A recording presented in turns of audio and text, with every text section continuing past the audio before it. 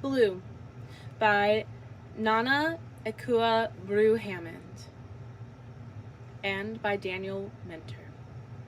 A history of the color as deep as the sea and as wide as the sky.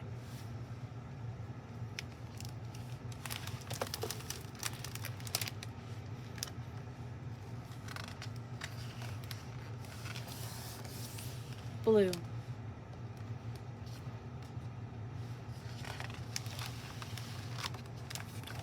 The color blue is all around us. Have you ever wondered where it comes from? It's in the sky, but you can't touch it. It's in the sea.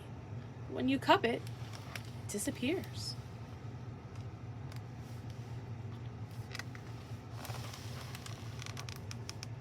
But then blue appears in the strangest places.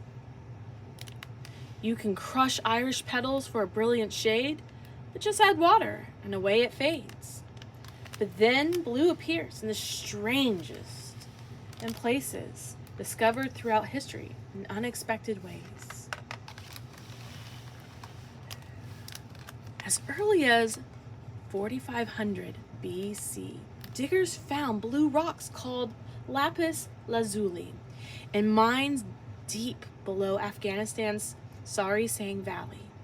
Ancient Egyptians used the rocks mostly to make jewelry. Some wore them as charms, believing they had the power to protect people from evil. But with time, they found new ways to use this underground find. By 44 BC, many Egyptians, including Queen Cleopatra the Seventh, were applying a bluish mixture around their eyes that looked like eyeshadow, made with ground lapis lazuli grains, plants, and animal fat. More than 600 years later, artists began painting sculptures, walls, and canvases with blue from the crushed rocks too. It was a royal pain for those who made the paint, and so expensive, only the wealthy could buy it. Since it was a luxury and such high demand, for centuries, scientists, merchants, and dyers looked for more sources of blue. Then, on the shores of the Mediterranean, Central America, Mexico, and Japan, dyers found blue in the belly of a certain shellfish.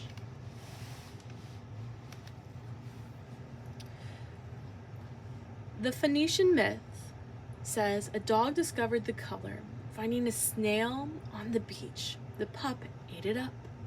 The snail turned the dog's tongue purple blue, and from that moment, a new industry was born. Dyers had different ways of releasing the color. In Mexico, they pressed the snail's foot. In the Middle East, they cracked its shell. And when they waited for the blue to appear, depending on the snail, the color starts out a milky white or brownish yellow. But once it's in the air and the sun is quickly turns green, then reddish purple, and with more sunlight, blue. But whether dyers pressed or cracked snail blue was hard to produce. Each snail released just 1 or 2 drops. Imagine how many snails and drops it took to dye a royal robe. Not to mention enough fabric to fill a merchant's shop. Perhaps because blue was the color of the heavens, yet so rare and hard to create on earth, people around the world considered the color holy. An old Liberian folktale, blue is explained as a gift that connects God to humans. In Italy, from the 13th century onward, some artists began reserving blue to paint the robes of Mary and the mother of Jesus. In Indonesia, some say special prayers to ward off evil spirits before they make the dye.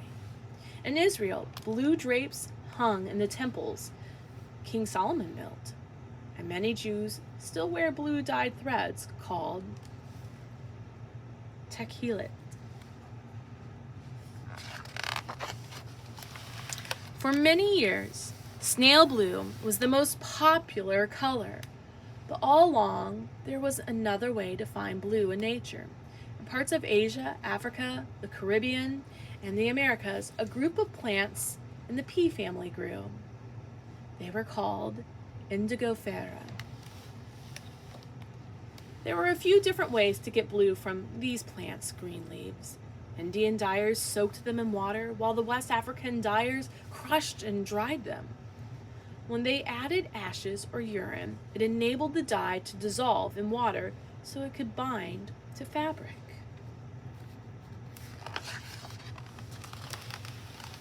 Since it was cheaper for dyers to produce blue from the indigo plant than from rocks and snails, and the shade was just as vibrant and long-lasting, indigo dye, especially indigo from India and West Africa, was eventually valued by most lovers of the color as the best of the blues. India and Nigeria became powerful centers for making and trading indigo. People made clothing, makeup, and medicine with it. Indigo became so precious, people spent it like money. In parts of Africa, some merchants used strips of indigo cloth to buy people and sell them into slavery. In India and Bangladesh, some planters tricked or forced poor farmers to grow indigo plants instead of food. In the United States, some made the African captives they had enslaved farm indigo, calling the plant a cash crop because it brought in a lot of money. In this evil side of the trade for blue, leaders and landowners around the world abused or enslaved countless people just so they could grow more indigo.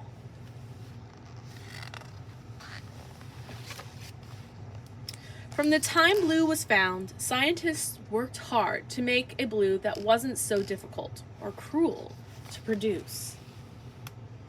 In 1865, scientist Adolf von Baer began trying, and 40 years later, in 1905, he won the Nobel Prize for creating a chemical blue.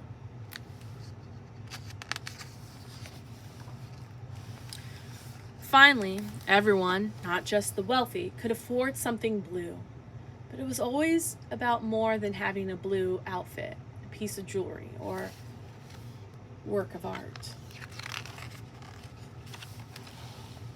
Because of its scarcity, mystery, and holy associations, blue was more than a color.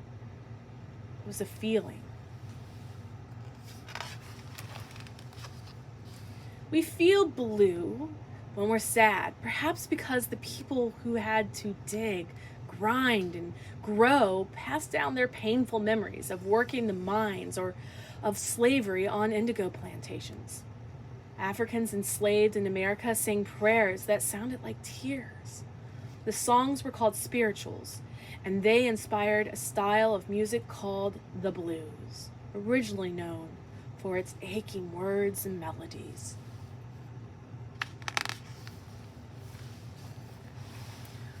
We feel excited when something happens out of the blue, perhaps because the color was once so rare, a discovery that seemed to appear out of thin air.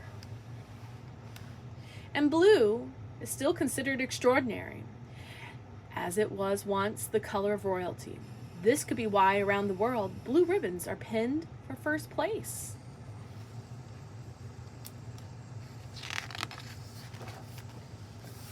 Today, dyers still use indigo to make blankets and clothing, and some doctors still use it as a natural medicine.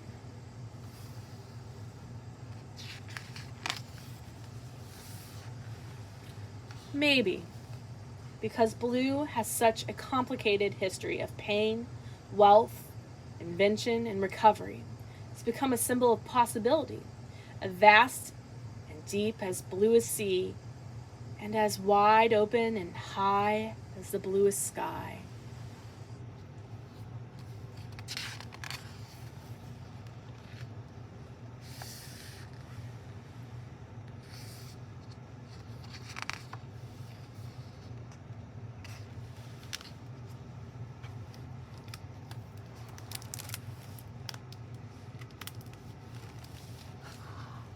blue. The end.